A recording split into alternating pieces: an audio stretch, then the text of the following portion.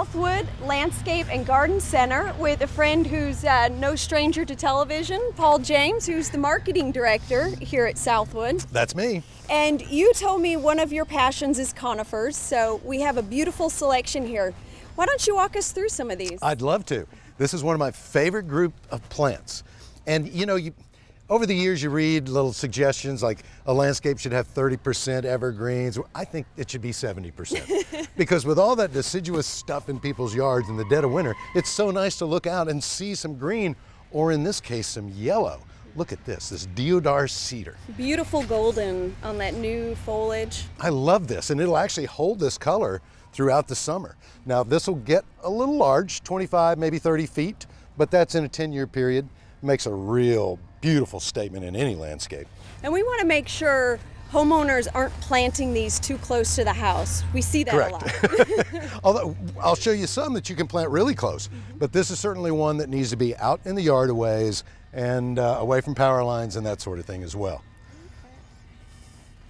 Cypress Taxodium. Not widely used in Oklahoma, but certainly a tough and proven plant. We have a lot of these at the garden. I love these. And you know, we had so many arborvitaes take a hit with the droughts in years past. This has that similar sort of look, I think, but is a little more tolerant, a little easier to grow. And it's probably 10 years ago you didn't even see these in landscapes. I love them. I think they do really well. And this one, probably about 6 feet by 4 feet at maturity. And again, the numbers I'm throwing at you are after 10 years. Right. So, you know, a beautiful little plant. Our next plant's actually deciduous, but certainly has that beautiful needle-like foliage. I just love this. It's a taxodium, a bald cypress, so it does great in a wet spot. If you've got one of those low-lying areas that stays moist, perfect solution. But this one tops out at about 6 feet, whereas the more familiar bald cypress, 70, 80 feet or more.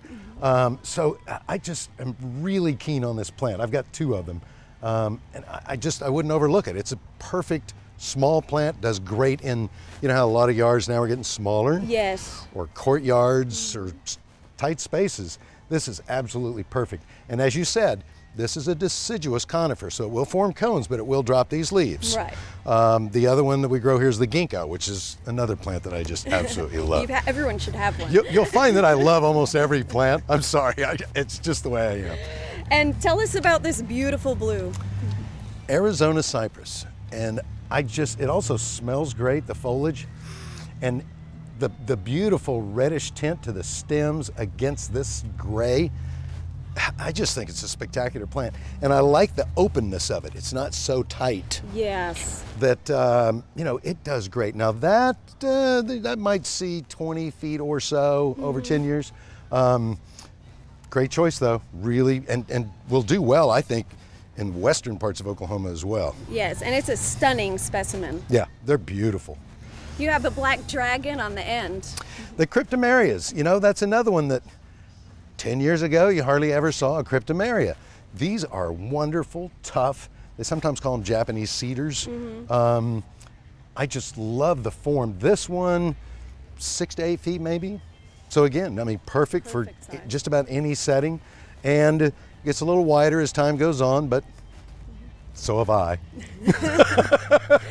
I'm always excited to see these new columnars, and this is one we have in the garden, and it's a rhamnus of all things. I love this. I love this buckthorn, and not only for this gorgeous, almost, I don't know, Aurelia-like foliage, but the bark is also just fascinating to look at. And this is deciduous, so you get this, it almost looks like it's got scale, but that's the bark. And again, these are great in containers as well. Now they will get 6, 7 feet or so, but only about 2 feet wide. Perfect for those tight spaces. Absolutely. And this is kind of the outcast among the group, but look at that foliage. Oh my. Who would have thought that a privet would become so popular, but this is flying out of here. We can't keep them in stock. You know, you've got noble privets, you got the variegated privets, and then of course the wild privet, which gives the whole genus a terrible name. But this is not gonna get out of hand, don't worry about that. And this foliage, the color is just so striking. 3 to 5 feet at maturity, but you can shear it. It tolerates pretty radical pruning if you like.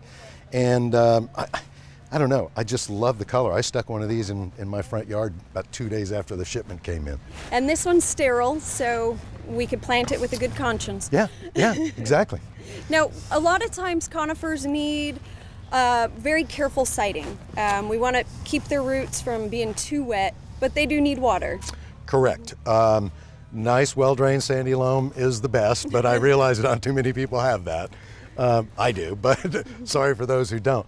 No, the biggest issue, Kim, is you got to water in the winter. And you cannot rely on an automatic sprinkler system. You've got to get the hose out and really soak these well. You know, we invariably have those days in December, January where it warms up a little bit, enough to where you can go ahead. And I know people, they shut down their faucets and do all that in the winter. Okay, but you got to water these babies. So many of them, you don't see that damage until the following summer, typically. So a good thorough soaking once every 2-3 weeks in the winter, and they'll be fine. They're going to be putting on roots. This is a great time to plant them. And that's really the only essential consideration, is just you got to water them. Well, excellent advice, especially that winter watering is so critical. Thank you for sharing with us today. Thank you. It's been a joy. Yeah, my pleasure.